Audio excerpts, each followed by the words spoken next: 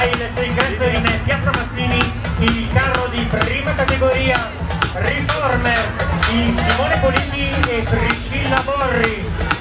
Riformare l'Italia per portarla fuori dalla crisi? Semplice, basta rottamare.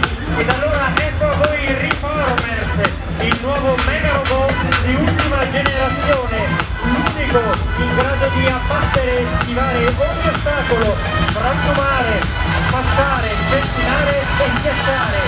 Dotato di muscoli d'acciaio, mente sovraumana, il nuovo super robot protagonista della costruzione ha il sorriso scansionato e il fascino del premier Matteo Renzi, emozioni, arrotendoli, protagonista e già iniziata. Ecco il carro di prima categoria Reformer, il Simone Politi e Priscilla Borri.